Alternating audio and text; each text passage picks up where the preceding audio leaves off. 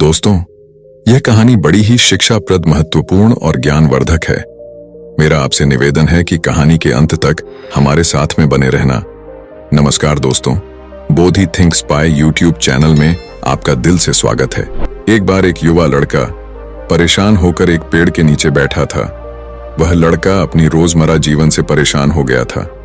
ऊपर से उसके घर वालों के रोज ताने सुनता। उसके घर वाले रिश्तेदार जब भी उसे मिलते तो वह बस यही उससे कहते कि अभी तक तुम अपने जीवन में क्या कर रहे हो। उसके घर वाले भी अब उसकी इस समस्या को लेकर बहुत चिंतित रहने लगे थे। वे सोचते थे इसका क्या होगा, ये अपने जीवन में कुछ कर पाएगा भी या नहीं। जब भी वह कहीं पर काम के लिए जाता तो लोग उसके सीधेपन का फायदा उठाते, उसे परेशान करते। वह कुछ ज्यादा कह नहीं पाता था, जिसके कारण उसे कोई कुछ भी कह देता और वहां से चला जाता है। इन्हीं सब कारणों की वजह से उसका मन कहीं भी किसी भी काम में नहीं लगता। वह हर काम को कुछ ही दिनों में छोड़ दिया करता। उसके मन में बहुत कुछ चल रहा था। उसके मन में विचारों के तूफान उठ रहे थे। वह सबसे बहुत कुछ कहना चाहता था, लेकिन अपनी इस आदत के कारण वह किसी से कुछ नहीं कह पा रहा था। वह अंदर ही अंदर घुसता जा रहा था। सारे विचार, सारी बातें उसके मन में ही दबी पड़ी थीं, लेकिन कभी भी वह किसी से भी अपने मन की बात नहीं बताता था। एक दिन की बात है, वह लड़का चलते चलते काफी दूर आ गया था। वह एक जंगल से होकर अपने घर की तरफ जा रहा था। तभी उसे एक आश्रम दिखता है। वह लड़का उस आश्रम में चला जाता है। वह जकार के देखा कि एक महात्मा अपने शिष्य को उपदेश दे रहे थे। वह लड़का कुछ समय ऐसे ही खड़ा रहा और जब उपदेश समाप्त हुआ तब वह उस बौद्ध भिक्षु के पास जाता है और उन्हें प्रणाम करके कहता है, हे गुरुवर, मेरी ही किस्मत इतनी खराब क्यों है? मैंने आज तक अपनी जिंदगी में जो भी चाहा वो मुझे कभी नहीं मिला। हमेशा असफलता और निराशा ही मेरे हाथ लगी है। लेकिन मैं ऐसे बहुत से लोगों को जानता हूं जिनकी जिंदगी में किसी भी चीज की कोई कमी नहीं है। उन्होंने अपने जीवन में जो कुछ भी चाहा वो सब उन्हें मिला है गुरुवार। आखिर ऐसा क्यों होता है कि कुछ लोगों को सब कुछ मिलता है? वह जो भी करते हैं हर काम में सफल होते हैं, अपने चाहत की हर चीज को हासिल कर लेते हैं, जबकि दूसरी तरफ ज्यादातर लोग बस मेरी तरफ सपने देखते रहते हैं, लेकिन वो कभी भी अपनी मन चाहे चीजें और सफलता हासिल नहीं कर पाते। तो आप मुझे कोई ऐसा तरीका बताएं जिससे मैं भी अपने भाग्य को ठीक कर सकूं और मन चाहे सफलता हासिल कर सकूं। बौद्ध भिक्षु ने लड़के की पूरी बात ध्यान से सुनी और फिर कहा, भंते, तुम जिन सफल लोगों की बात कर रहे हो सकता है कि उनमें से कुछ लोग अपने भाग्य के सहारे सफल हो गए हों, लेकिन ज्यादातर लोग भाग्य के सहारे नहीं बल्कि इसीलिए सफल हैं क्योंकि उन्होंने ये सफलता कमाई है।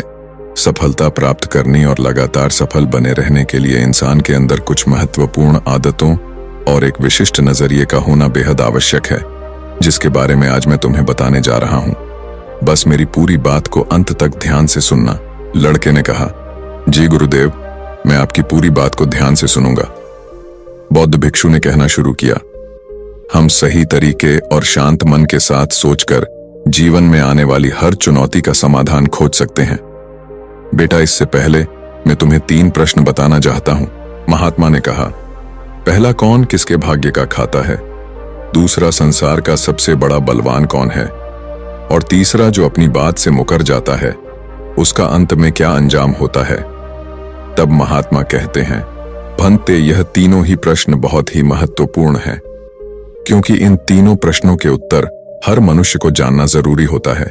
इसलिए मैं तुमको एक कहानी के माध्यम से सुनाता हूं। उस कहानी में तुमको इन तीनों प्रश्नों के जवाब मिल जाएंगे। तुम कहानी को ध्यान लगाकर सुनना। तब वह लड़का कहता है, जी गुरुदेव, कृपया आप कहानी सुनाइए। एक जंगल में एक विशाल बरगद का पेड़ था। उस पेड़ पर एक बाज पक्षी रहता था। उस बरगद से थोड़ी ही दूर पर एक बिल था। उस बिल में एक सर्प रहता था। फिर एक दिन जैसे ही सर्प बिल से बाहर निकलने लगा तो उस सर्प को वह बाज पक्षी देख रहा था।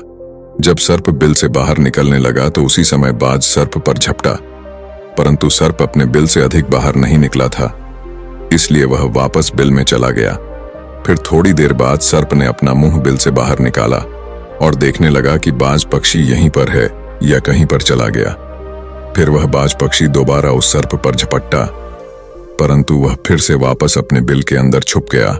जैसे ही सर्प अपने बिल से बाहर निकलने का प्रयास करता तो बाज उस पर हमला करता और उसे उठाकर ले जाने की कोशिश करता। बाज मन में सोच रहा था कि जब भी तू बाहर निकलेगा तो मैं तुझे अपना भोजन बना लूंगा, और सर्प उस बाज के डर से बिल में छुपा रहता है।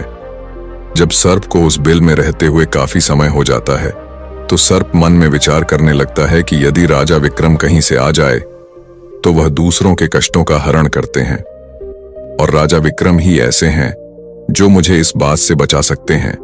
तो राजा विक्रम को याद करता हुआ सर्प उस बिल में छुपा रहता है, और जो भी उस मार्ग से निकलकर जाता तो उसे सर्प कहता कि भाई कोई मेरी बात राजा विक्रम तक पहुंचा दो या मुझे राजा विक्रम से मिला दो, तो मैं उसका जीवन भर एहसानमंद रहूंगा। फिर एक दिन राजा विक्रम, जो दूसरों के दुखों को दूर करते थे, वह जंगल में जा रहे थे और उसी मार्ग से निकलकर जा रहे थे। तभी सर्प को पता चला कि रास्ते से कोई जा रहा है, तो वह सर्प बिल के अंदर से ही कहने लगा, भाई कोई मुझे राजा विक्रम से मिला दे तो मैं उसका जीवन भर एहसानमंद रहूंगा। यह बात जब राजा विक्रम ने सुनी तो राजा विक्रम कहने लगा, क्यों भाई, आपको राजा विक्रम से क्या काम है?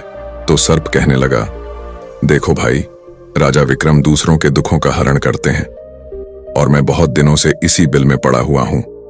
मैं बहुत दुखी हूं। यदि मैं इस बिल से बाहर निकलता हूं तो इस वृक्ष पर एक बाज पक्षी का निवास है। वह बाज मुझ पर उसी समय हमला करता है, इसलिए मैं इस बिल से बाहर नहीं निकलता हूं और ना ही मुझे कुछ खाने को मिलता है। मैं ऐसे ही इस बिल में पड़ा हुआ हूं, ऐसे ही अपना जीवन व्यतीत कर रहा हूं। राजा विक्रम कहने लगे कि हे सर्पराज, मैं ही राजा विक्रम हूं, बताओ तुम्हारे कष्ट का निवारण कैसे करूं? तो सर्प कहने लगा, हे महाराज, जैसा आपको उचित लगे ऐसा ही कीजिए, लेकिन मेरा इस बात से पीछा छुड़ा दीजिए, नहीं तो यह एक दिन मुझे मार डालेगा। राजा विक्रम कहने लगे, हे सर्पराज, तुम कहो तो मैं तुम्हें इस वन में कहीं दूर छोड़ दूं। सर्प कहने लगा, महाराज, जब आप मुझे दूर छोड़ने जाओगे तो यह बाज हमें देख लेगा और यह वहीं पर जाकर फिर से बैठ जाएगा और मौका मिलते ही यह मुझे मार डालेगा। राजन, आप मुझे कुछ समय के लिए आपके अंदर में बिठा लीजिए। आपके पेट में बैठने के लिए मुझे स्थान दे दीजिए। जब इस बाज को पता नहीं चलेगा कि सर्प कहाँ गया, और मैं आपके साथ इस वन से बहुत दूर चला जाऊंगा और आगे जाने के बाद मैं आपके पेट से बाहर आ जाऊंगा। राजा विक्रम कहने लगे, ठीक है सर्प, आज आप मेरे पेट में प्रवेश कर जाइए। राजा विक्रम अपना मुंह खोल देते हैं और वह सर्प राजा विक्रम के पेट में प्रवेश कर जाता है और राजा विक्रम के पेट में जाकर के बैठ जाता है। जब राजा विक्रम वन में आगे गए और आगे काफी दूर पहुंचने के बाद उस सर्प से कहने लगे कि हे नागराज, अब आप मेरे पेट से बाहर आ जाइए। अब यह सुनसान वन है, इसमें कोई बाज आपको परेशान नहीं करेगा। ये बात सुनकर नागराज कहने लगा कि नहीं महाराज, अब मैं आपके पेट से बाहर निकलने वाला नहीं हूं। राजा विक्रम ने कहा, क्यों भाई, आपने तो मुझसे यह वादा किया था कि आप मुझे आगे सुनसान वन में छोड़ देना, मैं आपके पेट से बाहर निकल जाऊंगा। अब क्या हुआ, सुनसान वन आ गया, अब आप बाहर निकलिए। सांप कहने लगा कि देखो महाराज, जैसा रहने का आनंद आपके पेट में है वैसा उस बिल में नहीं मिलता। अब मैं तुम्हारे पेट से कभी बाहर नहीं निकालूं। राजा विक्रम मन में सोचने लगे कि यह तो बड़ा ही दुष्ट सर्प है, अब मैं क्या करूं? और उसके जहर के प्रभाव से महाराज विक्रम का पूरे शरीर से कोट फूटने लगा। महाराज विक्रम के शरीर से कोट निकल आया। राजा विक्रम मन में सोचने लगे कि अब मैं यदि राजधानी को वापस जाऊंगा तो यह अभी संभव नहीं है, क्योंकि मैं इस वक्त खोड़ी हो गया हूं और मुझे इसी वन में रहकर इस नागराज से भी छुटकारा पाना है। यह सोचकर महाराज विक्रम एक पेड़ के नीचे झोपड़ी बनाकर सो जाते हैं। उनके शरीर से कोट टपकने लगा और बदबू आने लगी, जो कि सर्प का जहर था। सर्प कुंडली मारकर राज विक्रम के पेट में बैठा हुआ था। राजा विक्रम उस वन में पड़ी हुई एक कोड़ी की हालत में है। अब इधर उन्हीं के समय एक प्रसिद्ध जनपद था। श्रावस्ती और श्रावस्ती नगरी के महाराजा थे। ताम्रध्वज महाराज ताम्रध्वज की 3 पुत्रियां थीं और राजा ताम्रध्वज बड़ा अहंकारी और बड़ा ही अभिमानी राजा था। फिर एक दिन उसने अपनी तीनों बेटियों से पूछा कि बताओ बेटियों, तुम किसके भाग्य का खाती हो? फिर उनमें से 2 बेटियां तो राजा के डर से कहती हैं कि पिताजी, हम तो आपके भाग्य का ही खाते हैं। परंतु उनमें से राजा की एक चित्ररेखा नामक बेटी थी। वह चित्ररेखा अपने पिता ताम्रध्वज कहती हैं कि नहीं पिताजी, मैं किसी के भाग्य का नहीं खाती हूं, मैं तो केवल अपने ही भाग्य का खाती हूं। उस बेटी की बात सुनकर राजा को बहुत क्रोध आया और राजा ने उसी समय नाई और ब्राह्मण को बुलाया और नाई और ब्राह्मण से कहने लगा कि इन दोनों बेटियों का रिश्ता तो आप किसी राजा के यहां करके आइए, और जो यह बड़ी वाली बेटी है इसका रिश्ता किसी कुड़ी कलंक की या जिसके हाथ पैर नहीं हो उसके साथ करके आइए। फिर राजा का आदेश मिलते ही नाई और ब्राह्मण उन तीनों बहनों का रिश्ता करने के लिए चल देते हैं। उन्होंने राजा की दोनों छोटी बेटियों का रिश्ता तो राजवंशों में कर दिया, परंतु तीसरी बेटी के लिए वर ढूंढते ढूंढते हुए उसी वंश से निकलकर जा रहे थे जिस वन में राजा विक्रम अपनी झोपड़ी में कोड़ी के रूप में पड़े हुए थे। उनके शरीर से कोड़ बह रहा था। तो राजा विक्रम को देखकर नाई और ब्राह्मण आपस में कहने लगे कि इससे अच्छा तो कोई व्यक्ति हमें नहीं मिलेगा, इसीलिए इसके साथ ही राजा की लड़की का संबंध करके चलते हैं। फिर राजा विक्रम के साथ नाई और ब्राह्मण ने राजा ताम्रध्वज की लड़की चित्ररेखा का विवाह तय कर दिया और राजा ने भी बहुत जल्दी ही चित्रलेखा को उस वन में ले जाकर कि वहीं उस कोड़ी राजा विक्रम के साथ उसका विवाह संपन्न कर दिया। राजा विक्रम जैसे महापराक्रमी राजा समय की चपेट में आ गए और एक कोड़ी का जीवन गुजार कर रह रहे थे। वह लड़की बड़ी ही पतिव्रता थी।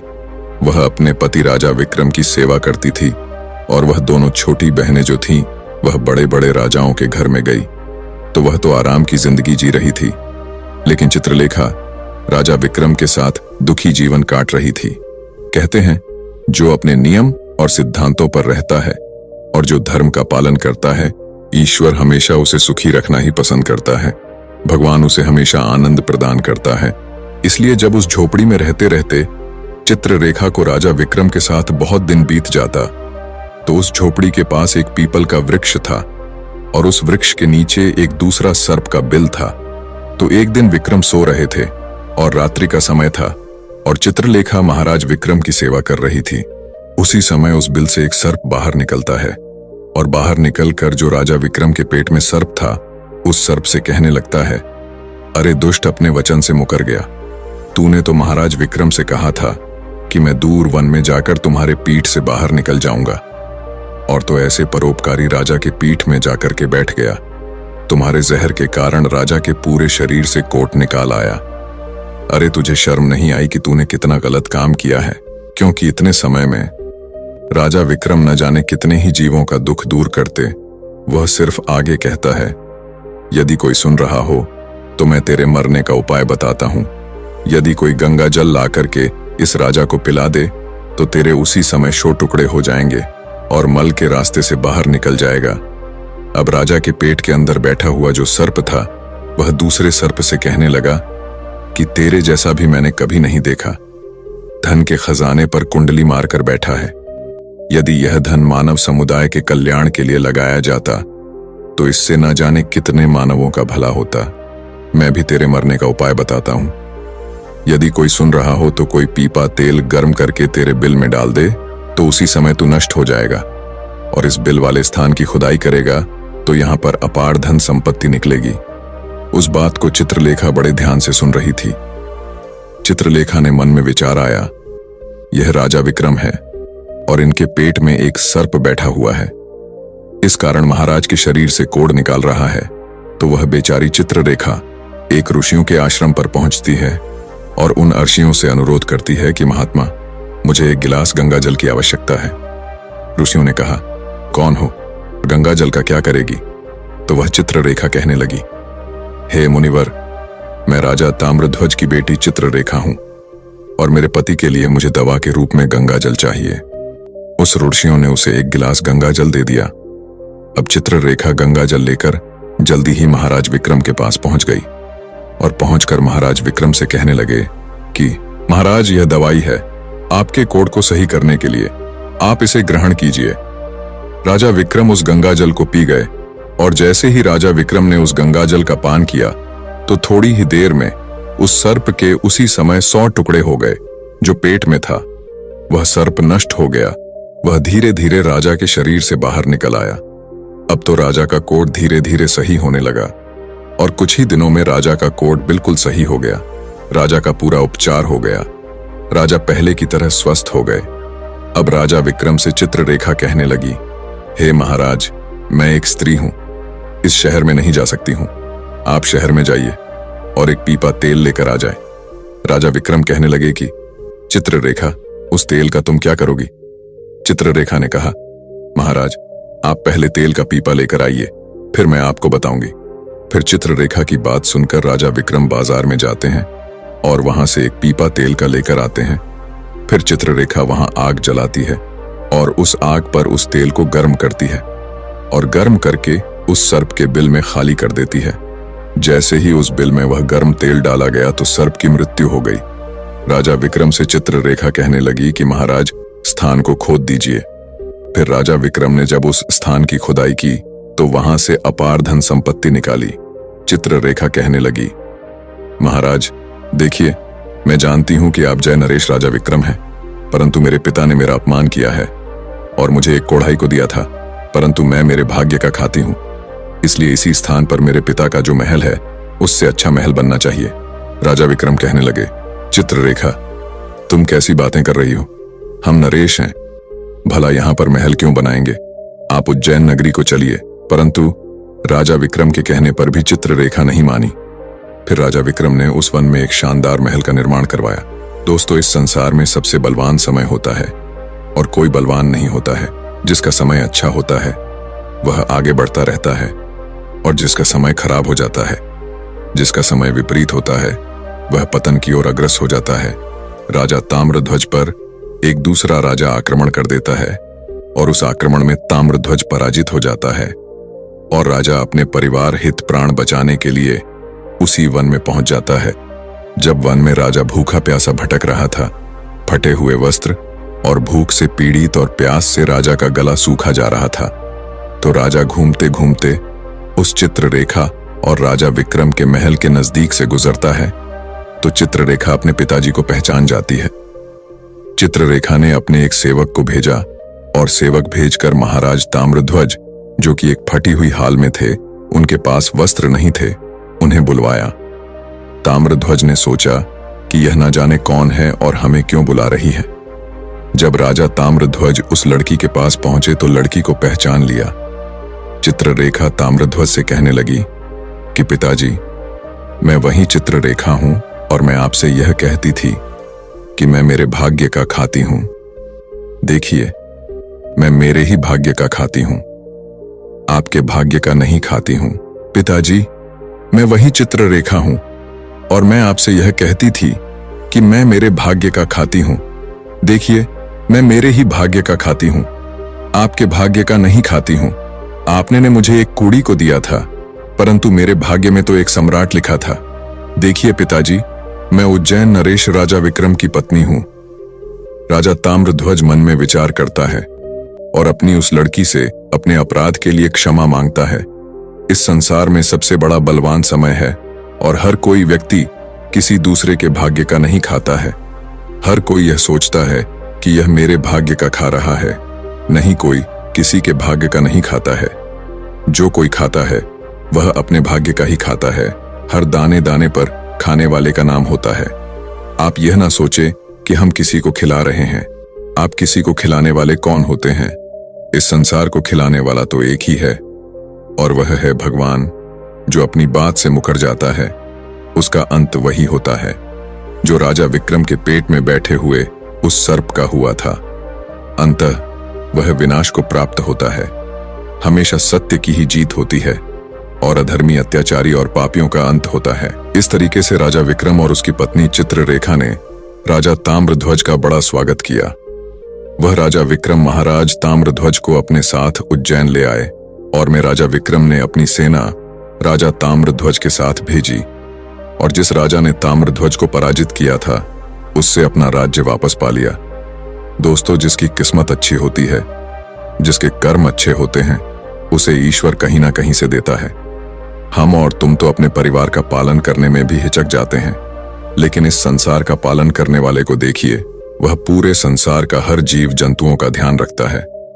महात्मा फिर उस लड़के को कहते हैं कि अब तुम्हें उन 3 प्रश्न का जवाब मिल गया होगा। लड़के ने कहा, जी महात्मा। फिर उस लड़के ने महात्मा को धन्यवाद किया और अपने घर लौट आया। उसके बाद उस लड़के ने बहुत मेहनत की और अपने सपने पूरे किए और एक बड़ा व्यापारी बन गया। तो दोस्तों, कैसी लगी आपको ये कहानी? आप हमें कमेंट सेक्शन में जरूर बताना, और अच्छी लगी हो तो इस चैनल को सब्सक्राइब जरूर कर लेना। तो चलिए, मिलते हैं ऐसी ही कोई नई कहानी में। तब तक के लिए अपना ख्याल रखें। धन्यवाद और नमो बुद्धाय।